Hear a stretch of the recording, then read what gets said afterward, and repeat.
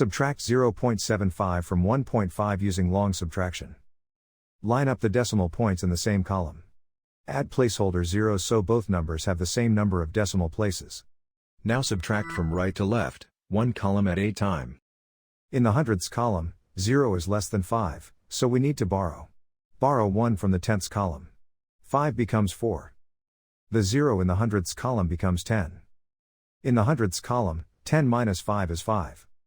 In the tenths column, 4 is less than 7, so we need to borrow. Borrow 1 from the ones column. 1 becomes 0. The 4 in the tenths column becomes 14. In the tenths column, 14 minus 7 is 7. In the ones column, 0 minus 0 is 0.